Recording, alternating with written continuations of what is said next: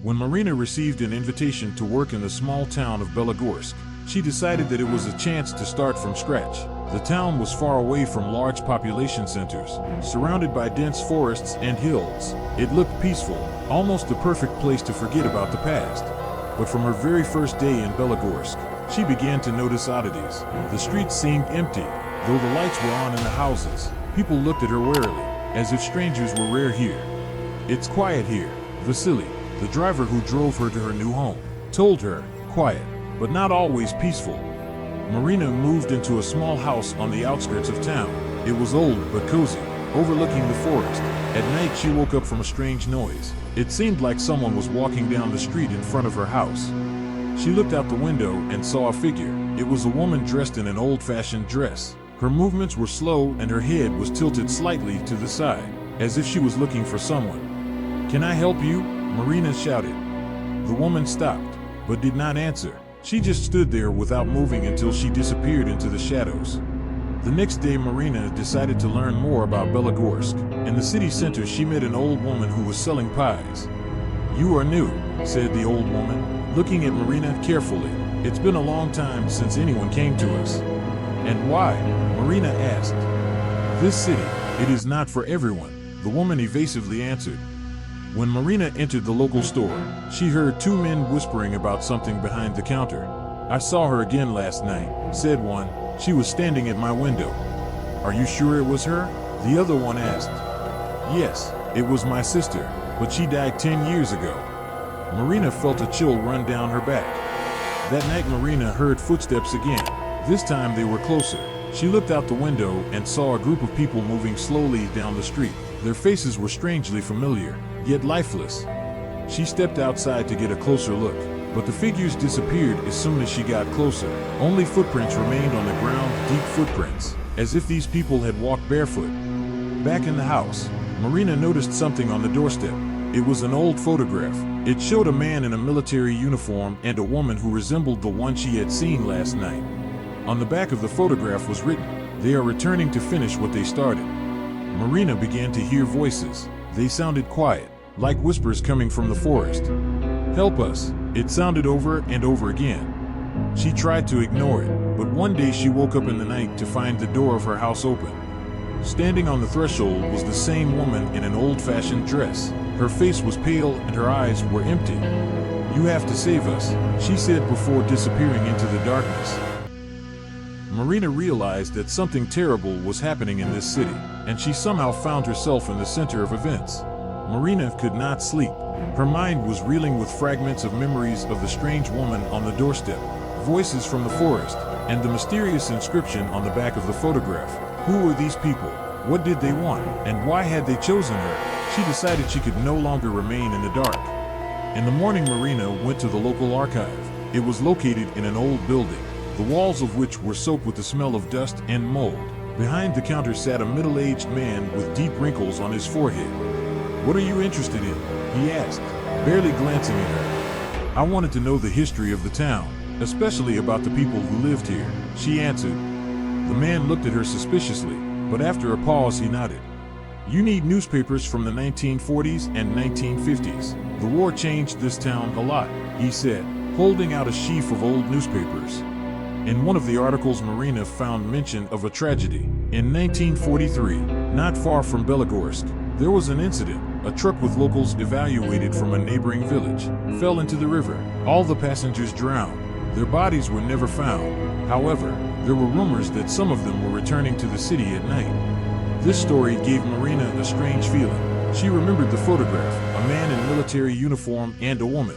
They looked like they were saying goodbye before parting. That night Marina heard footsteps outside the window again. This time they sounded louder and closer. She ventured out of the house. The street was shrouded in a thick fog, and the light of the lanterns only increased its mystical atmosphere. She heard a voice. "Marina, help!" She turned around, but saw no one. Suddenly a figure appeared on the path in front of her house. It was the man from the photograph. His eyes were full of despair and his hands were reaching for her. "You must help find us. We can't rest," he said and disappeared into thin air. The next day Marina went to the forest, feeling that the clue lies there. She wandered for a long time between the tall trees until she came upon a dilapidated chapel. Its walls were covered in moss and the inside smelled damp. Inside, she found a diary. Its pages were ragged, but the text was still legible. The author of the diary was a priest who had served in Belogorsk during the war. Sin has fallen on our town. The bodies have not been found, but their souls remain here. They call me at night, asking for help. But what can I do? Their anger grows. In the last few pages, the priest mentioned a ritual that could help soothe the souls, but it would require collecting the personal belongings of all the dead. That night the footsteps and voices returned. Marina saw figures gathering outside her house. Their faces were more distinguishable now. They were women, men, and even children. Among them she recognized the man from the photograph and the very woman in the old-fashioned dress. "Please help," he said again. Marina made up her mind. "How can I help you?" she shouted. In response, the figures pointed toward the forest. They stood silent, but their eyes spoke more than words. Marina realized she had to find something that connected them to the past. She returned to the chapel.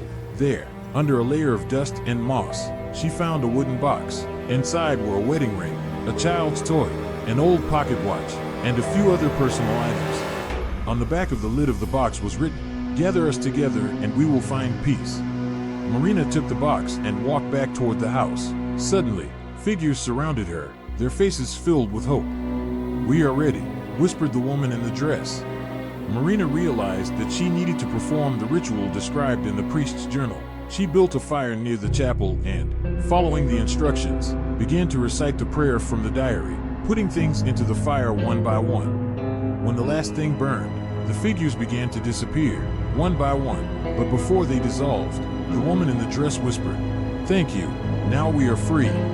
The next morning Belogorsk seemed different. People seemed calmer, and the streets were busier. It seemed that something heavy had left the city. But Marina knew the shadows of the past never completely disappear. After the rites performed at the chapel, Marina was sure that the deceased had found their long-awaited rest. But the strange sensation did not leave her.